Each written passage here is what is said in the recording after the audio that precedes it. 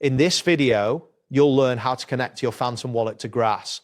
By following these steps, you will successfully link your wallet for rewards and other functionalities within the platform. Begin by opening the Grass dashboard on your preferred web browser. If you are not already signed in, enter your credentials to log into your Grass account.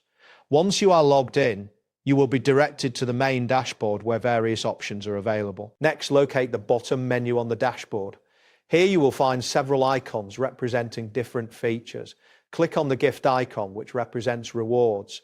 This action will take you to the rewards section of the Grass platform, where you can manage your wallet connection. Once you are in the rewards section, scroll down the page until you find the area labeled Verify Wallet Address.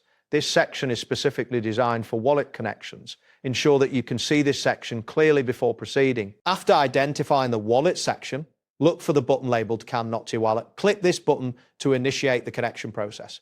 A prompt will appear displaying various wallet options available for connection. From the list of wallet options, select Phantom Wallet. This selection allows Grass to recognize your Phantom Wallet and prepare for the connection process. Once you click on Phantom Wallet, a pop-up from Phantom will appear on your screen. In the Phantom pop-up, you will see an option to click Connect.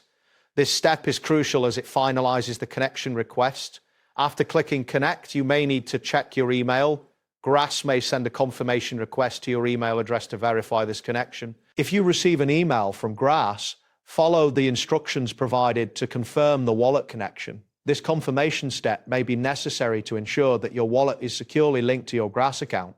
Once completed, your Phantom wallet will be connected to Grass. That wraps up today's guide. Thanks for watching, and catch you in the next tutorial.